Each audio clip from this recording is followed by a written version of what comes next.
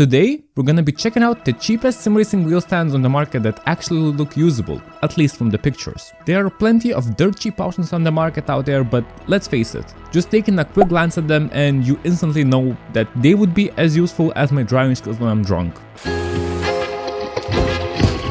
And yes, you heard that correctly, not one, but two stands. Both of these came from Racgting, a fairly new company from China. They mostly sold stands and rigs on Amazon, but recently began doing that on their own website. Both of these stands cost $120 and I do have to say that I was sent these for free from them. However, this will not affect any of my opinion about these products. The first stand is called the Explorer 004 and the other one is called Explorer 304. Let's begin with the stand number 1.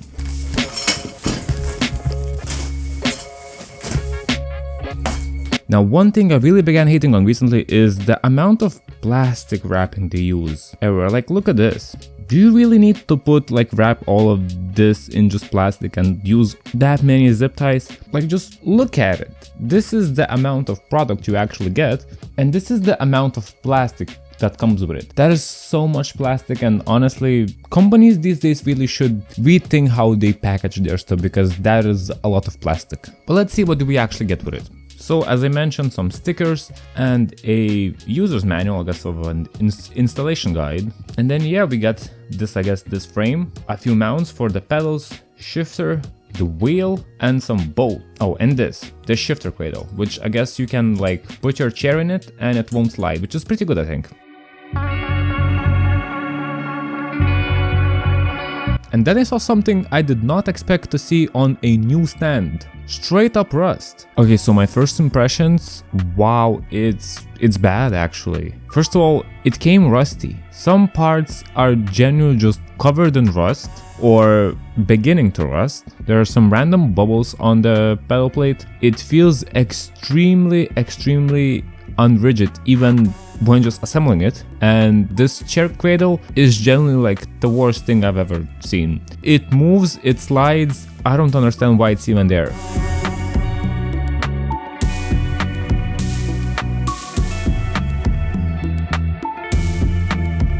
Now I want to see how actually sturdy this thing is. And whoa, this does not look good. This actually looks really bad.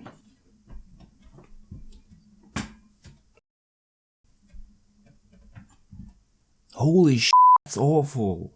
It is completely bent now, just from my arm.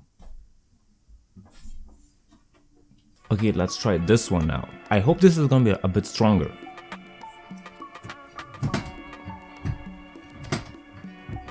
It is stronger, but I can still bend it with my arms, a little bit. And now let's try to break this, I guess. Oh wow, this actually... I was just showing what I'm gonna do and it's already bending a lot. That's awful. I mean, it doesn't feel too bad, it's just extremely unstable.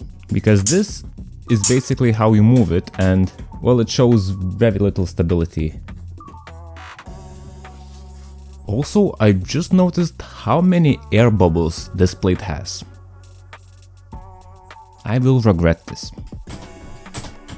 I genuinely don't think that this is gonna support my weight. I mean, not to mention that this is extremely unstable.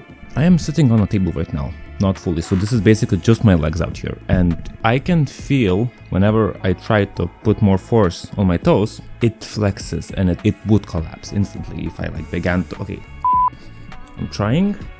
I'm gonna regret this so much. Hold up. Oh, I hear noises. Actually, it holds me. That's actually not bad. I mean, this is very unsafe, but it held me, at least a little bit. So this one is low-key trash. Quite awful quality, bad rigidity, quite literally. Let's go check out the other one. Maybe it's a bit better, because I think that one's actually more expensive. Or maybe not, I'm not sure. Now this one should be better, but from what I can see based on this image, I think it's gonna be just the same thing. Maybe it's gonna be a bit better, maybe, and I really hope so because that first one, it was quite bad. And it's pretty much the same thing once again, a shit ton of plastic, and honestly a rig or a stand that looks completely almost the same. Now if you think that I'm showing you the same product twice, I'm not. It's actually just a very similar looking thing. So what we get is a quick user's manual, some stickers, the same shifter mount, which means we're probably not gonna test it again because we know what happened with the last one. Oh my god, no rust.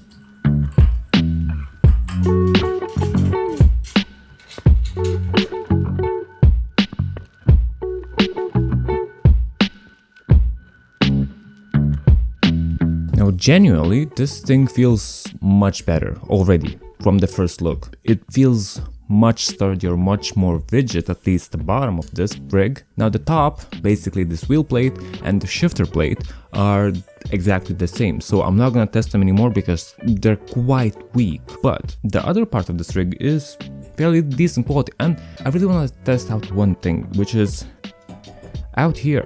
I think we should be able to adjust the height of the pedal plate, and if we can, that is really game changing, I think, for this rig, and instantly it will top the other rig, no doubt. We can, and wow, oh my god, that is nice. Honestly, I was thinking that it might be just like a little scam and this thing will not move, but actually it moves, and I like it because you can adjust the height, and this is a big pro versus the other one. But maybe they can still perform well on the track, right? Well, not really.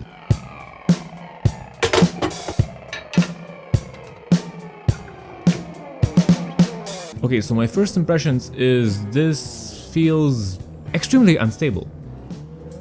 Everything wobbles a lot, and well, I was expecting that. It doesn't have any stability, and I can feel it. Any little movement, any little power I put down to this wheel, it does not stay still. It wobbles, it moves. Why would you even need this thing then? Because it has absolutely no stability. It's very wobbly, I would say. The only thing that's stable is the pedals. I feel like this wheel would, and I know for a fact because I have used it before, it stays better clamped to a table instead of this. So what's the point of that? Also, the shifter mount, it's awful. If I put any more force to it, it wants to tip over. It has absolutely no stability from the sides, so if you move anything a bit more, it's just gonna fall off. Another thing, the chair cradle. I have basically put a random chair I have at home. I don't feel stable, at least I don't move forward and back, but again, I can easily move to the sides, which is not good. I am using 50% force feedback and a direct drive wheel because it can support direct drive wheels, just not this particular one, but I had no problems fitting it. So technically it should support this wheel, and it just doesn't feel stable. This plate is very much just flexing a lot. And like when I brake it, the force feedback puts so much force that the whole rig, this whole stand begins to just... it moves a lot.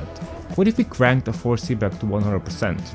I want to test it actually now, because I'm pretty sure this thing cannot handle the direct drive wheel, even though it says it can. I doubt that. I want to see. Okay, 100% force feedback, let's go. Again, I don't know how it's gonna look on the footage, but from what I feel when driving with this thing on the stand, it feels like I'm just moving all over the place. Like my chair is just moving all over the place. This wheel feels like it's just not really stably on the stand. And I mean, when I look at it just for a bit, but I'm not gonna focus on the road then, I mean, it moves a lot, so it's not nice. But I think the other rig has more potential to be more stable. At least visually, it seems to have better potential. So let's see how that thing performs. I am now on the second rig, and well, instantly I feel much more rigidity from it. It feels more solid and in place, which is as expected. It has just a more logical, balanced structure. However, it still has a few flaws. One of them is I'm sliding. There's nowhere to get my chair in, so my chair is moving back and forth and to the sides, which is not great. Another thing, for some reason, this wheel plate seems to be more stable, more rigid, but the sides are really, as you can see, really unstable. Like, I can rock this thing back and forth without no problem, and it should not do that because it's technically bolted on at the bottom. But there's just not any, I guess, strength to hold properly.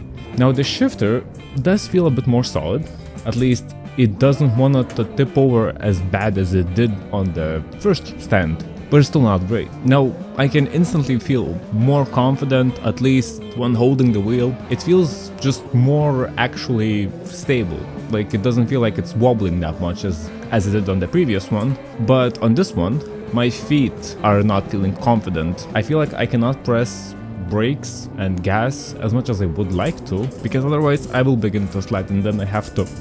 So it's not good. I feel like if they made combo rig where they keep the bottom of this rig and add that little chair cradle and then like some features from the top to make it not like that wobbly, it could be a very good stand. But now we're left with two stands that are kind of just mediocre, and for $120 that's quite a lot of money to receive something that is not even that stable. I don't know, like I feel like just placing it, mounting it on the table would be much more stable than having this thing. So what did we learn today? Well, for starters, please do your research when buying pretty much anything these days. I genuinely thought that these stands are gonna be okay, but I was left completely disappointed. To pay $120 and get something that does a worse job than your regular table you have at home is quite a statement from the bad side. And especially when for just $20 more you can buy this. I reviewed this Next Level Racing wheel stand a few months ago. It cost 229 Australian dollars or about $140 and it is so much better. It's usable, more rigid and made with better quality materials that are much thicker. With that, thank you for watching and see you in the next video. Bye bye.